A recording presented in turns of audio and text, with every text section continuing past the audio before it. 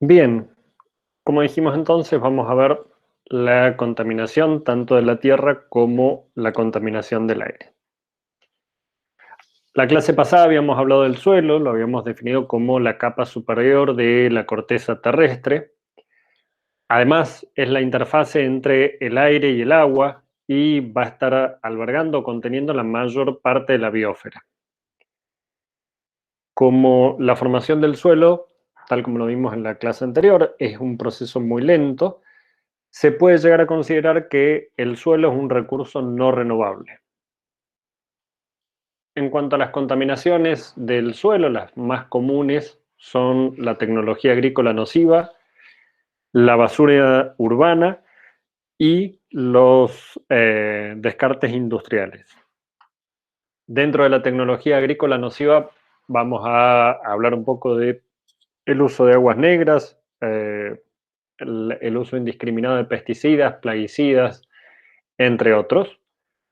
En el caso de la basura urbana, el problema más grande es la falta de sistemas adecuados para la eliminación o el mal uso de esos sistemas.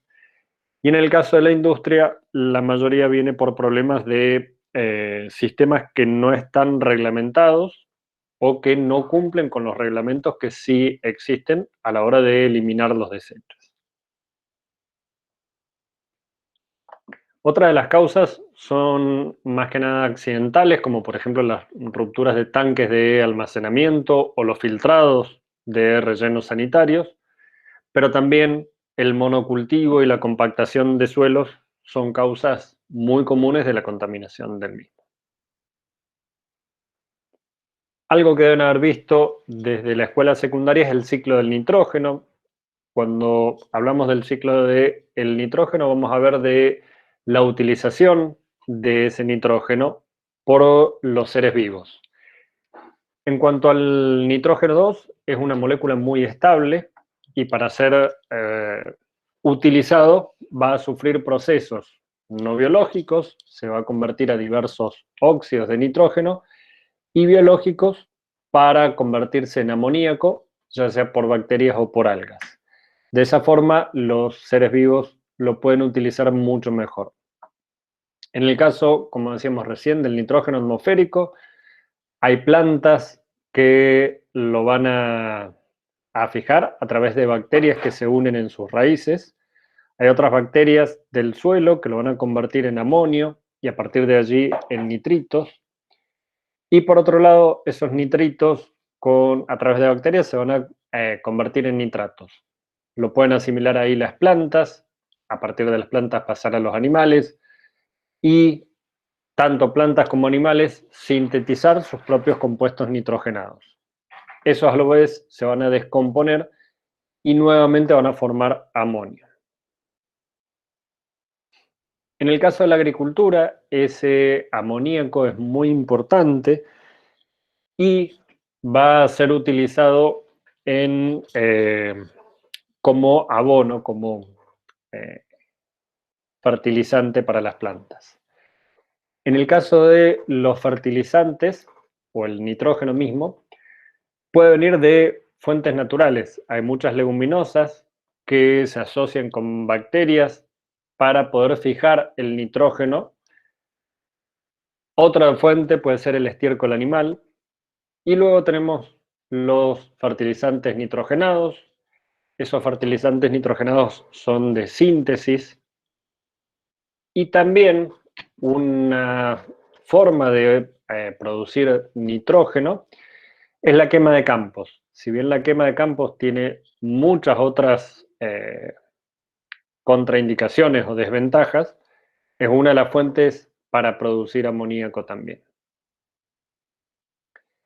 En el caso de la revolución verde, donde se trata de utilizar los recursos renovables y de respetar el medio ambiente, se están desarrollando a la par algunas variedades con mejores rendimientos, por ejemplo de arroz y trigo, que van a crecer menos, se quiebran menos y hay más plantas por hectárea. De esa forma, además, van a utilizar menos suelo para la misma cantidad de producción.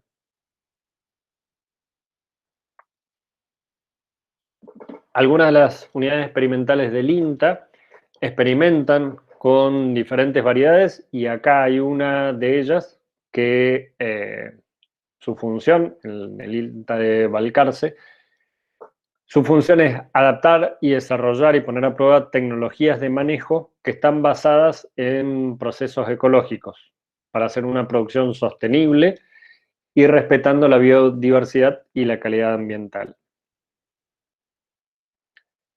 En el caso de la agricultura, uno de los problemas ambientales que trae aparejado es la degradación medioambiental, sobre todo con la agricultura intensiva, que en algunos casos, al avanzar sobre los campos no cultivados, previo a eso tienen que proceder a deforestar y desmontar, y eso además de facilitar la erosión de los suelos, también va a perjudicar la vida animal y vegetal autóctona de cada uno de los lugares. Acá tenemos algunas imágenes de cómo se hace para preparar un campo para los cultivos y en el recuadro del medio podemos ver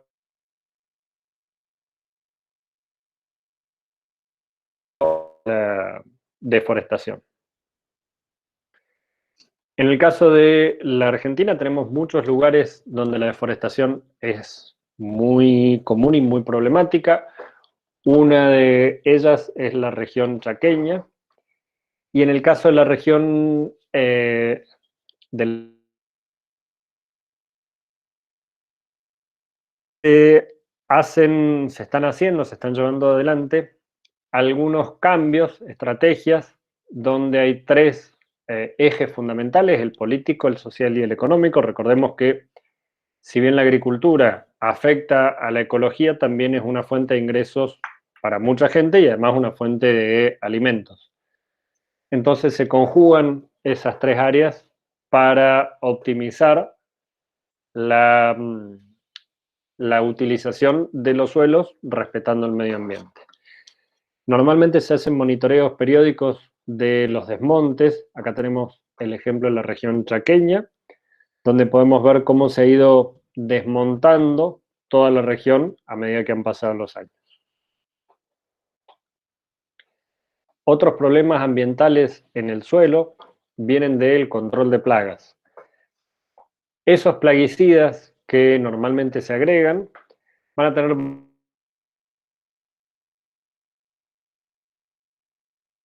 su función. La mayoría de ellos, además de estar presentes en las plantas, pueden pasar al suelo. Dentro del suelo, por la lixiviación, pueden llegar hasta los acuíferos, las capas freáticas, y llegar a los lagos. Otros se pueden volatilizar directamente y pasar al aire, pero suelo. En ese proceso de retención de los plaguicidas, como decíamos recién, vamos a tener un proceso físico que no hay cambio en la naturaleza química de la molécula, es decir, se va a acumular la molécula tal como está entre las diferentes partículas del suelo. Ese proceso se llama sorción y incluye los procesos de adsorción entre el plaguicida y la matriz del suelo, y entre la unión del plaguicida a las partículas del suelo específicamente. Dentro de los insecticidas, como habíamos visto también cuando hablamos de contaminación del agua, tenemos algunos persistentes que son muy solubles en grasas e insolubles en agua. Entre ellos el DDT, que es uno de los más peligrosos y que está prohibido, básicamente. Y después tenemos como contrapartida algunos insecticidas naturales que utilizan las propias defensas de la planta, y algunas plantas que sintetizan moléculas para evitar el ataque de plagas. Esas mismas moléculas son extraídas de las plantas y con ellas se realizan insecticidas naturales.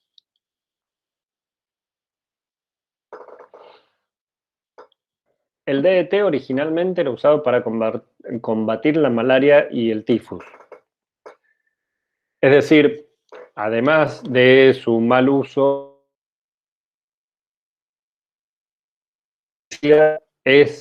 tuvo sus inicios con un mal uso en medicina también. Es químicamente estable, por lo cual es muy persistente. Y para eliminar el DDT del suelo hay varias opciones. Una es la desorción térmica a baja temperatura. Otros son el calentamiento, extracción de fluido supercrítico o el tratamiento con ácido sulfúrico. Todos estos tratamientos, como pueden ver, son aplicables a escala de laboratorio, son sencillos a escala de laboratorio, pero llevados a campo presentan grandes dificultades, no solo técnicas, sino también económicas.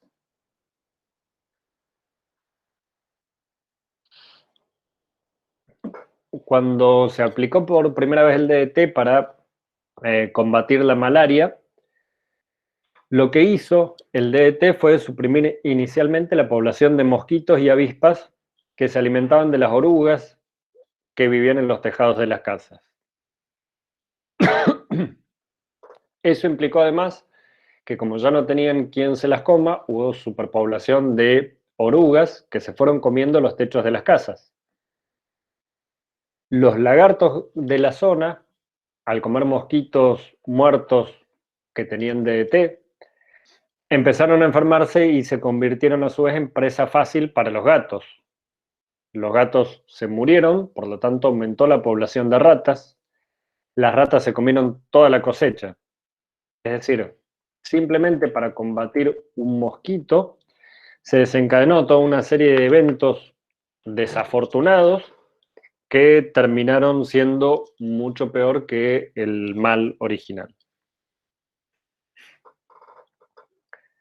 Dentro de los insecticidas tenemos otros que son no persistentes, como los organofosforados y los carbamatos. Cuando decimos que son no persistentes, estamos diciendo que se degradan rápidamente y se degradan a compuestos inocuos, es decir, que no van a tener incidencia en la salud ni del suelo ni de los organismos vivos.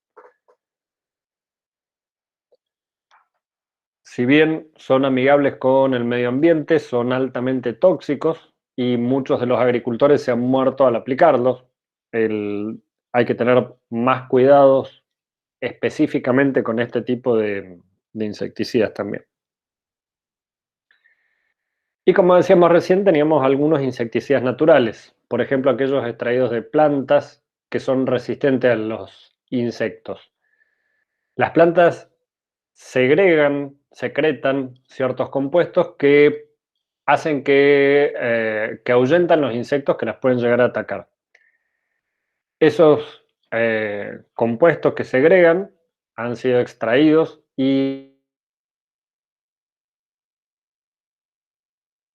eficientes, como su aplicación es externa, es decir, están por afuera de la planta, muchas veces son inestables. En este caso, los piretroides que se comenzaron a probar eran inestables a la luz. Otros insecticidas naturales son bacterias, se pueden utilizar para agregar sobre los cultivos y estas bacterias van a infectar a los insectos que son una plaga para ese cultivo y terminan matándolos a los propios insectos. En este caso tenemos uno de los ejemplos dentro de los cuales lo que se utiliza también son las protoxinas que segregan los microorganismos para dañar el sistema digestivo de los insectos. Otras también son algunas sustancias, los mecánicos. Estos son los herbicidas que en lugar de eliminarlas manualmente o mecánicamente, se utilizan herbicidas para combatir esas malezas. En este caso, también tienen una vida media relativamente larga, entre los 4 y los 12 meses, aunque algunos de estos herbicidas que pueden ser persistentes en las aguas. Uno de los más famosos en la Argentina es el glifosato. Ese glifosato es una molécula muy persistente en el agua y las características físico-químicas de los suelos además determinan el comportamiento de este tipo de medios, de contaminantes en el medio ambiente. Hay un transporte vertical desde la superficie del suelo hasta las aguas subterráneas, por lo tanto también pueden llegar a las aguas de consumo humano y a las de consumo animal.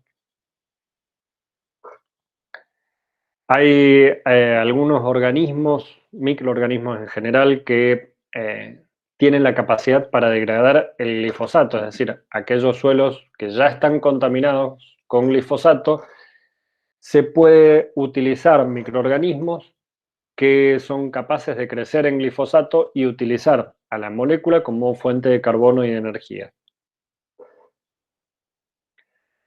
Por otro lado, tenemos algunos contaminantes orgánicos, entre ellos las dioxinas y los furanos.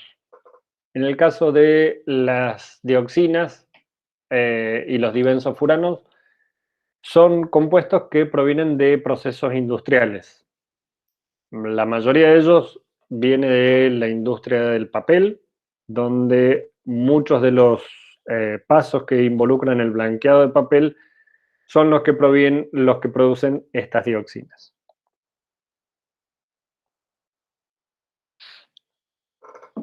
En el caso de estas dioxinas, la toxicidad que se probó en animales del laboratorio vieron que producían desde defectos de nacimiento, cáncer o desórdenes de la epidermis. En el proceso de blanqueado de papel tenemos una serie de pasos que parten desde la madera. Esa madera se tiene que ir cortando en pequeños fragmentos, se hace un cribado para separar los fragmentos más pequeños. Después viene un blanqueo, se agregan aditivos y a partir de allí nuevamente se van a producir los distintos tratamientos del papel. En cada uno de esos procesos hay diferentes solventes que se utilizan y que pueden llegar al medio ambiente y sobre todo en el proceso de blanqueado hay una reacción que involucra el cloro, compuestos clorados que se van a generar a partir de ello. Y también, como dijimos recién, esos compuestos clorados pueden ser compuestos orgánicos clorados, además de la producción de metanol.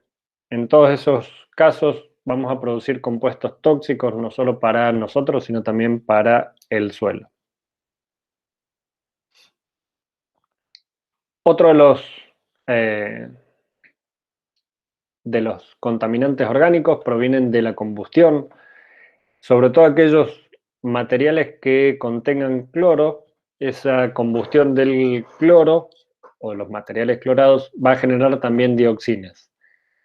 Dentro de esos materiales tenemos desde plásticos hasta residuos de madera, aquellos que provienen de la industria del papel principalmente. En este caso, la reacción proviene del ácido clorhídrico, el oxígeno y las materias que están en combustión a altas temperaturas. Se generan muchas moléculas de las dioxinas. Acá nosotros tenemos algunos registros de la emisión de dioxinas de acuerdo a cada uno de los sectores industriales y podemos ver que desde hace algunos años ha disminuido mucho el nivel de emisión de dioxinas, sobre todo aquellos que provenían de la transformación de energía, es decir, generalmente de la combustión de combustibles fósiles, ha disminuido muchísimo la liberación de dioxinas en el medio ambiente.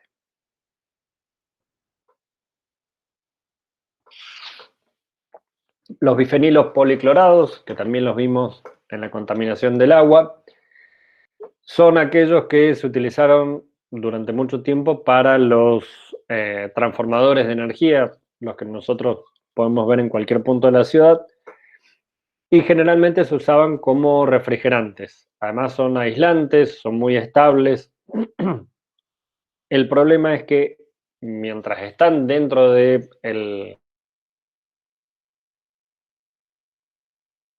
pero la mayoría de estos transformadores tienen pérdidas y esas pérdidas van directamente al suelo. También son utilizados como fluidos de transporte del calor industrial, plastificante de polímeros, limpiadores de tinta en el reciclado de papel. Y como dijimos recién, industrial y en los transformadores, que es la estabilidad química, también le dan la persistencia en el medio ambiente. Al ser lipofílicos, se bioacumulan. Lipofílicos quiere decir que son solubles en grasas. Es decir, que en las grasas animales se van a acumular y nosotros lo podemos ingerir desde comer grasas animales con estos bifenilos y también lo podemos acumular en nuestro cuerpo. Bien, a continuación lo que vamos a ver también es la contaminación del aire. ¿Qué tipo de contaminantes imaginan que pueden ser importantes en el aire? La de los vehículos, Bien, ¿qué más? Las fábricas. Las fábricas, bien. ¿Qué más? ¿Qué características tienen que tener particularmente todas aquellos contaminantes del aire? Gaseosa. Tienen que ser dióxido de gaseosos. carbono. En general van a ser gaseosos y hay algunos que por arrastre van a poder subir a la atmósfera. Dentro de la atmósfera nosotros tenemos un balance de energías donde la principal entrada de energía se produce por la energía solar. Esa energía solar va a tener distintos destinos dependiendo de hacia dónde o con qué superficie rebote o choque. En particular hay una parte de la radiación solar que va a ser absorbida por las nubes, otra que va a tener una reflexión de los gases y polvo atmosféricos, y otra que va a impactar directamente en la superficie. Nosotros vemos acá en proporción cuál es la cantidad en porcentaje de lo que parte del Sol hasta lo que llega y cómo va disminuyendo los gases atmosféricos. Por otro lado, hay otra parte de la energía que también se pierde, que va a volver hacia la atmósfera, y esta va a repercutir también en el efecto invernadero. Como vamos a ver después, hay mucha de esta energía, radiación infrarroja, por ejemplo, que vuelve a la atmósfera, pero puede quedar retenida entre la Tierra y la atmósfera.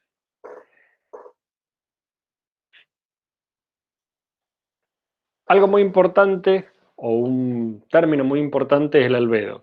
El albedo es el factor que determina la fracción de radiación solar absorbida en el sistema Tierra-Aire.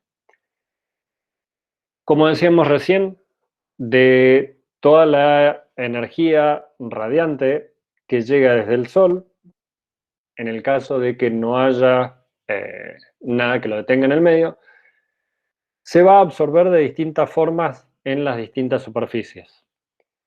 Acá podemos ver también en porcentaje cuánto es lo que se absorbe. En el caso de las más oscuras, de las superficies más oscuras, es cuanto más se va a absorber. De hecho, las que absorben más son las que reflejan menos y podemos ver cuánto en cada caso se absorbe y se refleja. Podemos comparar la nieve fresca con un 80 o un 95%, mientras que en el bosque es el 10 o el 20%, el asfalto es del 5 al 10%, el pavimento seco del 17 al 27%. En el caso de las nubes, como dijimos recién, el albedo es del 35 al 40%, es decir, que deja pasar mucha menor cantidad de radiación cuando están presentes. Dentro de la atmósfera, cuando pasemos a estudiar primero la composición y luego la importancia de cada una de estas capas, nosotros las podemos separar en distintas capas: la troposfera, la estratosfera, la mesósfera y la termósfera, con líneas o con separaciones de discontinuidades. Solo para darnos una idea, la troposfera tiene 10 kilómetros de altura, el Everest está en 8.000 metros de altura. Por arriba de ella es donde vuelan los aviones de larga distancia y por arriba está la capa de ozono. Otra cosa que vamos a ver enseguida también es la diferencia del ozono, la importancia del ozono, y que en una parte, es decir, en la estratosfera, ese ozono es deseable, pero si está en la troposfera, más cerca nuestro, tiene efectos deleterios. Cuando vemos la composición del aire, lo que vamos a ver, o los tres que siempre vemos como mayoritarios, son el nitrógeno, el oxígeno y el dióxido de carbono. Y después tenemos una serie de gases que están en mucho menor medida, como el argón, el neón, el helio y el ozono, que tenemos muy poco en porcentaje. Lo que sí vamos a ver es que en cada una de las capas de la estratosfera, de la atmósfera, perdón, van a ir variando esos porcentajes. En este caso, nosotros tenemos graficado acá cuáles son los gases más importantes. Tenemos, por ejemplo, la capa de ozono en el... Un segundo.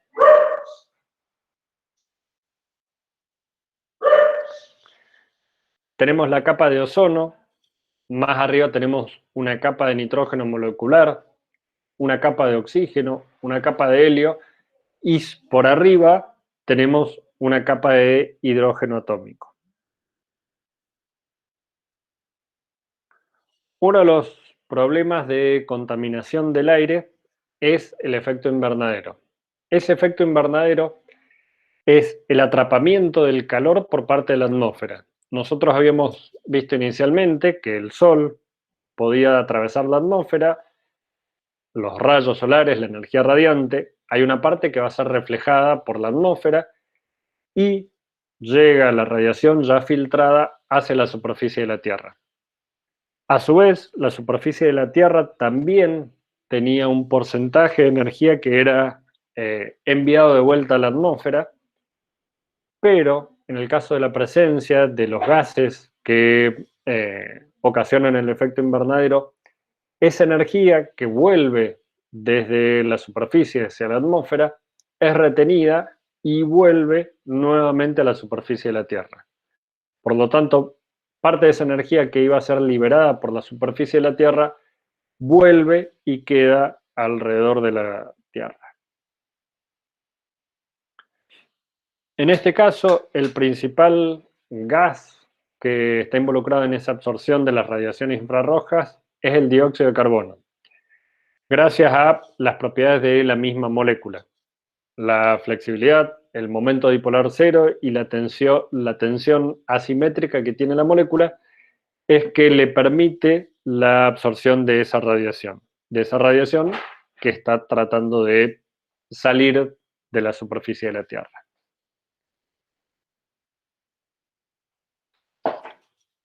En el caso de los gases involucrados en este efecto invernadero, son principalmente poliatómicos. Vamos a tener diferentes fuentes de esos gases poliatómicos, por ejemplo el dióxido de carbono, que como ya dijimos proviene de la combustión, tanto de automotores, la combustión urbana o la industrial, pero después vamos a tener algunos gases como el metano viene de la parte agrícola, los clorofluorocarbonos, de los gases que se usan como propelentes, que se usaban por lo menos como propelentes en los aerosoles o como refrigerantes en las heladeras. Y después tenemos mucha colaboración también de los óxidos nitrosos, todos aquellos óxidos de nitrógeno que vienen mayormente de los fertilizantes, también colaboran en el efecto invernadero. Cuando hablamos de la ruptura de la capa de ozono, lo que vamos a hacer es una introducción rápida a la termodinámica. La termodinámica nos va a relacionar la energía de un sistema. Cuando nosotros hablamos de delta G, estamos hablando de la energía libre de Gibbs y es la cantidad de energía que se libera o que se absorbe en una reacción química. Esa va a depender de tres factores. Uno es el delta H, que es la cantidad de calor que se intercambia en esa reacción, la temperatura en grados Kelvin y el de esa delta S, que es el grado de desorden que se origina en esa reacción. En el caso de el valor de delta G es el que nos va a indicar si la reacción, tal como está escrita, es espontánea o es no espontánea. En el caso de un delta G negativo, nos indica que esa reacción es espontánea, es decir, que se va a dar sin necesidad de aplicar la energía. En el equilibrio, en las reacciones que están en equilibrio es igual a cero, y si el delta G es positivo, la reacción no es espontánea, va a ser necesario aportarle energía desde alguna fuente para que se pueda llegar a dar. ¿Para qué o cuál es la idea de introducir este término? Porque los óxidos del nitrógeno van a tener, la formación de esos óxidos, van a tener delta G negativos, es decir, que van a ser reacciones espontáneas. El monóxido de nitrógeno puede reaccionar con oxígeno para formar dióxido de nitrógeno. Ese dióxido de nitrógeno va a reaccionar nuevamente con oxígeno y con agua para formar ácido nítrico. Estos óxidos, como habíamos dicho, que estaban involucrados en el efecto invernadero, también van a estar involucrados en la lluvia ácida. Es decir, los óxidos de nitrógeno que se forman en la atmósfera en contacto con oxígeno y con agua originan ácido nítrico y ese ácido nítrico retorna a la superficie de la Tierra con, eh, acompañando las lluvias, en lo que se denomina lluvia ácida.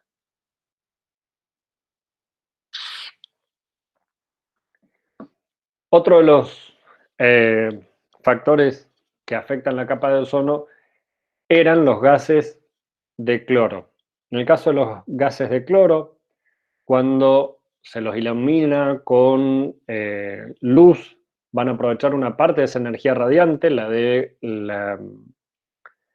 del azul, la de la región del azul, para formar radicales. Esos radicales libres son átomos o moléculas muy reactivos.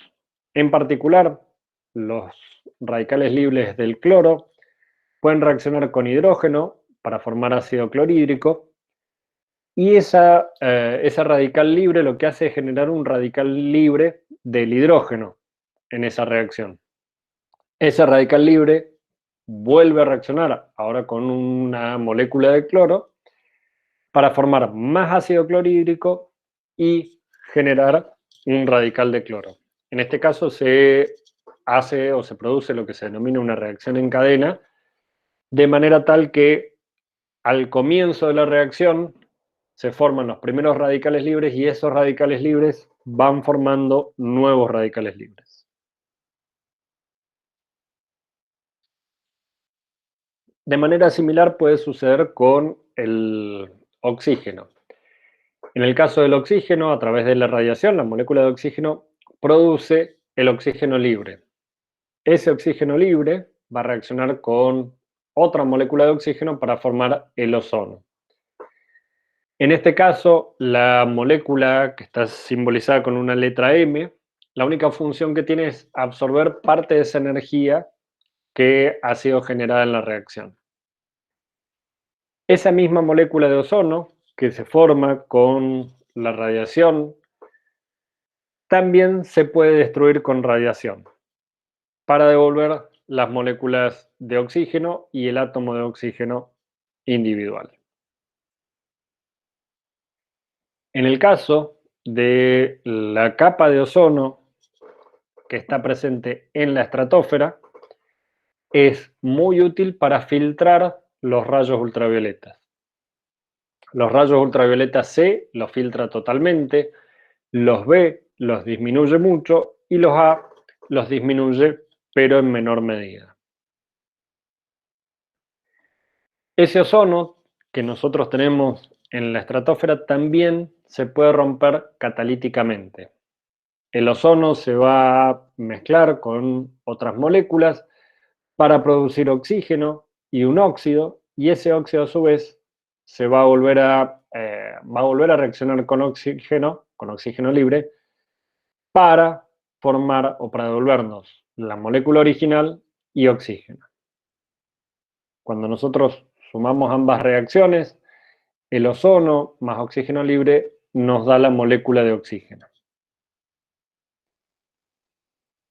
Esa molécula X es ya sea un catalizador, ese catalizador puede ser un metal o puede ser otro tipo de catalizadores, pero de cualquier forma, y como habíamos visto con los catalizadores anteriormente, la capacidad que tienen es de regenerarse cada vez y de poder volver a utilizarse para una nueva reacción.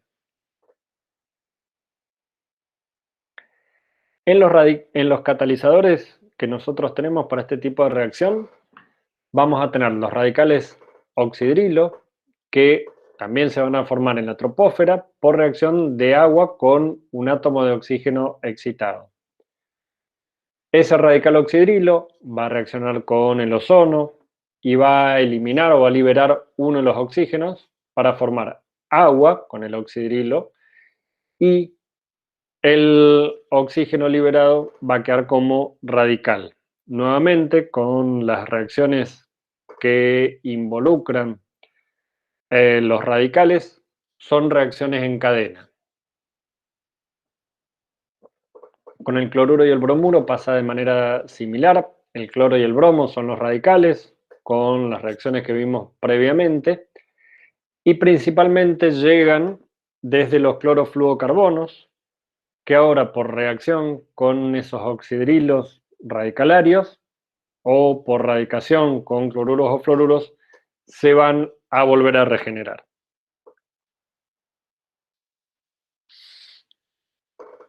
En el caso del monóxido de carbono, que también puede llegar a la atmósfera, va a provenir de la combustión incompleta.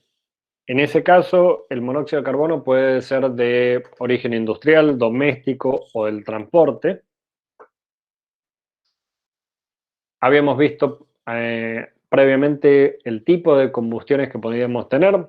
Cuando nosotros tenemos una combustión completa, se producen dióxido de carbono y agua. Cuando la tenemos incompleta, se produce monóxido de calor y agua. En el caso del efecto en la salud humana del del monóxido, perdón, es altamente tóxico. Se va a acumular en una molécula en particular. La molécula es la hemoglobina. La hemoglobina tiene un grupo prostético, es decir, una parte no proteica, que se denomina hemo, y ese grupo es el que hace que el oxígeno que nosotros respiramos pueda llegar desde los pulmones hasta los tejidos. Es decir, el grupo hemo de la hemoglobina va a captar el oxígeno en los pulmones y lo lleva hacia los tejidos. Ese grupo hemo de la hemoglobina tiene mucha mayor afinidad por el monóxido de carbono que por el oxígeno. Cuando nosotros inhalamos monóxido de carbono en lugar de inhalar oxígeno, la hemoglobina, en lugar de transportar el oxígeno, va a transportar monóxido de carbono. Ese monóxido de carbono no va a poder ser utilizado por los tejidos del cuerpo y es así como se producen esas intoxicaciones por monóxido de carbono que son tan importantes que llevan a la muerte en poco tiempo. Otro de los contaminantes que tenemos en la atmósfera es el dióxido de azufre. Nuevamente, las fuentes principales de producción del dióxido de azufre son las combustiones del carbón y las fundiciones de metales. Si bien el dióxido de azufre es solamente irritante pulmonar, que tiene efectos un poco más graves en aquellas personas que tienen problemas respiratorios, nuevamente, al combinarse con agua, va a producir ácido sulfúrico.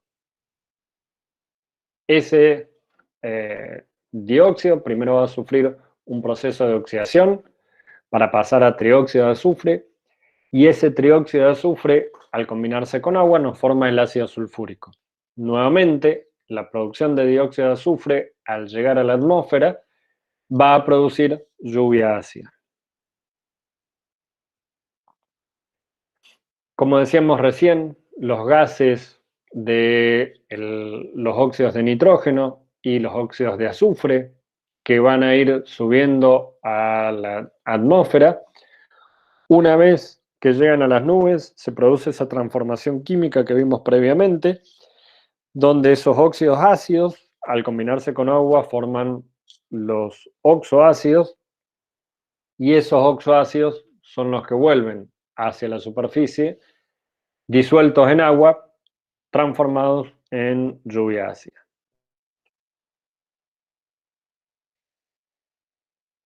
Después vamos a tener algunos compuestos orgánicos, como el formaldehído y el acetaldehído, que provienen generalmente de la industria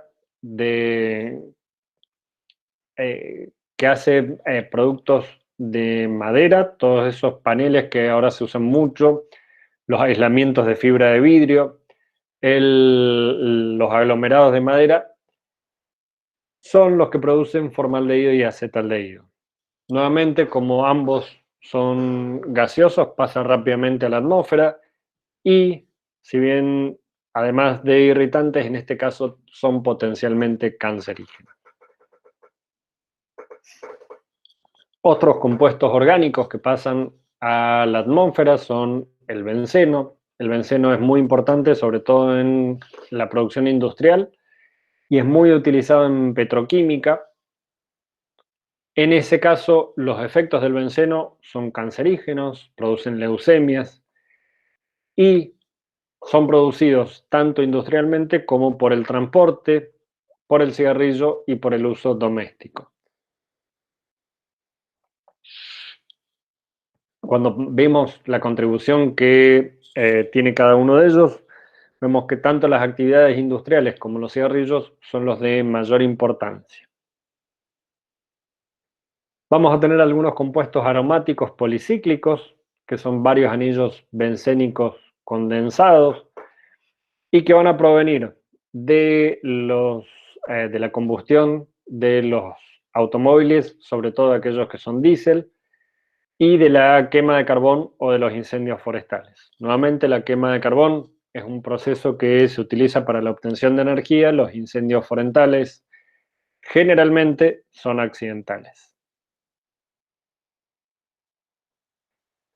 También habíamos visto algunos compuestos del nitrógeno y otros compuestos volátiles orgánicos que, si bien no son contaminantes primarios, es decir, que no van a afectar directamente a la salud humana, forman ese smog fotoquímico, esa neblina amarillenta, y, como decíamos recién, los peores efectos vienen cuando se combinan con el ozono o con otros oxidantes. Esa neblina amarillenta que nosotros podemos ver sobre todo en ciertas horas de la tarde sobre la ciudad de Mendoza y que son más visibles o características en ciudades como Santiago de Chile o la Ciudad de México, sobre todo porque son zonas donde hay montañas alrededor y esos óxidos de nitrógeno y los compuestos volátiles orgánicos no son fácilmente eliminados por los vientos. En el caso del ozono, como habíamos dicho recién, el ozono que está presente en la estratosfera nos va a proteger de los rayos ultravioletas, pero el que está en la troposfera, el que está más próximo a nosotros, es perjudicial para la salud. Va a destruir algunas plantas, en los humanos va a causar problemas oculares, problemas respiratorios, y además es un oxidante fuerte que va a reaccionar con los dobles enlaces de los carbonos de cualquier tipo de molécula orgánica para formar epóxidos que también son tóxicos.